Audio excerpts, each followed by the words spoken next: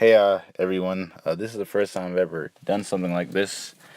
First time I've ever made a video like this. But in light of recent events in my life, I've been doing a lot of thinking about an issue that I know everyone can relate to, and I'm hoping that I can do my best to articulate what I've been thinking about, and maybe to help others in the process. Last month my dad passed away, and then this month my girlfriend, my best friend, betrayed my trust and cheated on me. And it kind of got me thinking about all the pain and suffering that everyone goes through and just not knowing how to deal with it. Now, I'm not saying I have the answer, but I'm going to do my best to maybe give my 2 cents. I think I, like many people, used to think that life was supposed to be full of moments of happiness and joy, only to be stopped by brief moments of sadness and despair. But as I get older, I'm starting to realize it's the opposite. Life is an endless struggle of trials and tribulations, full of suffering, only to be punctuated by brief moments of peace, love, joy, and tranquility. And it's those brief moments that are so precious because we know how rare they are. So we cling to them, whatever they may be, holding on to them as hard as we can, hoping they'll last forever because we never know what that next moment may bring. And if we can't find them, many times we make them. So we get high to balance out the lows. We blast music to drown out the noise. We get drunk because it makes more sense than being sober. And we have sex because even if it isn't real love, it's better than no love at all. But even I am not too pious to admit that I've done many of these things myself. But at the end of the day, what happens is you find yourself in the same place doing the same thing. Why? Because you're trying to find something that gives the same sensation that it used to. Many times life, just watching it play out, can be like watching the end of a boxing match. It'll knock you down and beat you down and keep you there if you let it. But I'm here to tell you that tonight, you can't let it. You can't let it beat you down. You can't let it have you. Now, I don't know what maybe have knocked some of you down, but I do know this. You need to get back up. I don't know. Maybe you had friends that have walked out on you. People, spouses, relationships, boyfriends, girlfriends that have betrayed you. Maybe you had people who you did everything for, everything, that left you when you needed them the most. Believe me, I know that feeling all too well.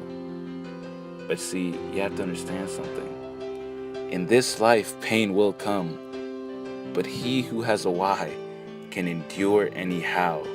And it's what you do in these moments of pain that make it all worthwhile. The sad thing is most of us don't conquer the pain. We just grow numb to it. But as you numb that pain, it numbs you. See, you have to realize as in this life, your pain can either help you or it can have you. You can't let your pain have you, because if it has you, it has everything. It'll have your peace, your love, your joy, your relationships, your friendships, everything if it has you. And you'll become bitter and resentful towards life itself, and you'll just make it worse. You can't make it worse. There's already too much pain and suffering out here for you to make it worse. Don't let your hurt other people. You can't go out like that. I guess in a sense you have to pick up your cross and bear it and carry it with you wherever you go, knowing that on the way you'll have other people who are doing the same. But see, it's not going to be easy. You have to let go and let God. You see, the worst pain in this life is the pain of the soul. And who better to heal the soul than the one who made it himself? Life is suffering, and it'll always be that way. But you have to orient yourself in this life to know how to deal with it so you don't make it worse. Don't let the pain have you. Let it help you. Let it motivate you to make a difference, because that's the point of pain. pain is to make a change. So I hope that helps. Don't let your pain have you. Don't let it have you. Hope that helped anyone that needed it.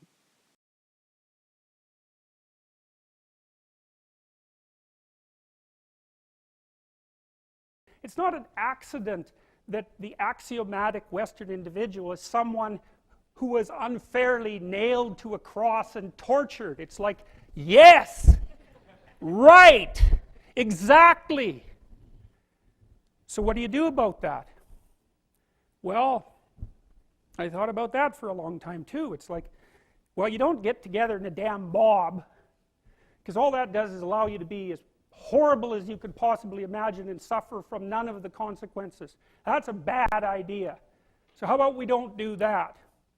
Well, there's a deep idea in the West too. It's like, pick up your damn suffering and bear it and try to be a good person so you don't make it worse. Well, that's a truth. You know, I read a lot about the terrible things that people have done to each other. You just cannot even imagine it. It's so awful. So you don't want to be someone like that. Now, do you have a reason to be? Yes. You have lots of reasons to be. God, there's reasons to be resentful about your existence. Everyone you know is going to die. You know, you too. And there's going to be a fair bit of pain along the way, and lots of it's going to be unfair. It's like, yeah, no wonder you're resentful. It's like, act it out and see what happens. You make everything you're complaining about infinitely worse. There's this idea that hell is a bottomless pit, and that's because no matter how bad it is, some stupid son of a bitch like you could figure out a way to make it a lot worse. So you think, well, what do you do about that? Well, you accept it. That's what life is like. It's suffering. That's what the religious people have always said. Life is suffering. Yes. Well, who wants to admit that? Well, just think about it. Well, so what do you do in the face of that suffering? Try to reduce it. Start with yourself. What good are you? Get yourself together for Christ's sake, so that when your father dies, you're not whining away in a corner, and you can help plan the funeral, and you can stand up solidly so that people can rely on you. That's better. Don't be a damn victim. Of course you're a victim. Jesus, obviously. Put yourself together. And then maybe if you put yourself together, you know how to do that. You know what's wrong with you, if you'll admit it. You know there's a few things you could like polish up a little bit, that you might even be able to manage in your insufficient present condition. And so you might shine yourself up a little bit, and then your eyes will be a little more open, then you can shine yourself up a little bit more, and then maybe you could bring your family together instead of having them be the hateful, spiteful, neurotic, infighting batch that you're like doomed to spend Christmas with. So then you fix yourself up a little bit, kind of humbly, because, you know, God, you're a fixer-upper if there ever was one. And then you got to figure out, well, can you figure out how to make peace with your idiot brother? And probably not, because he's just as dumb as you, so how the hell are you going to manage that? And so then maybe you get somewhere that way, and your family's sort of functioning, and you find out, well, that kind of relieved a little bit of suffering, although it reduced the opportunities for spiteful revenge, and that's kind of a pain in the neck. And so then you get your family together a little bit, and you're a little clued in then, at least a bit, because you've done something difficult that's actually difficult. You're a little wiser, and so then maybe you could put a tentative finger out beyond the family and try to change some little thing without wrecking it. It's like, our society is complex, and we teach our students that they could just fix it. It's like, go fix a military helicopter and see how far you get with that. It's like, what are you going to do? You're like a chimp with a wrench. Whack! Oh, look, it's better. It's like, no, it's not better. Things are complicated, and to fix things is really hard, and you have to be like a golden tool to fix things, and you're not. So, and that's the other message of the West. It's like, how do you overcome the suffering of life? And I'm not saying it's only the message of the West. How do you overcome the suffering of life? Is be a better person. That's how you do it. Well, that's hard. It takes responsibility. And I think, you know, if you said to someone, you want to have a meaningful life? Everything you do matters. That's the definition of a meaningful life. But everything you do matters. So you're going to have to carry that with you. Or do you want to just forget about the whole meaning thing, and then you don't have any responsibility, because who the hell cares, and you can wander through life doing whatever you want, gratifying impulsive desires for how useful that's going to be, and you're stuck in meaninglessness, but you don't have any responsibility. Which one do you want? Well, ask yourself, which one are you pursuing? And you'll find very rapidly that it isn't the majority of your soul that's pursuing the whole meaning thing, because, well, look what you have to do that. You have to take on the fact that life is suffering. You have to put yourself together in the face of that. Well, that's hard. Christ, it's amazing people can even do it. I'm stunned every day when I go outside, and it isn't a riot with everything burning.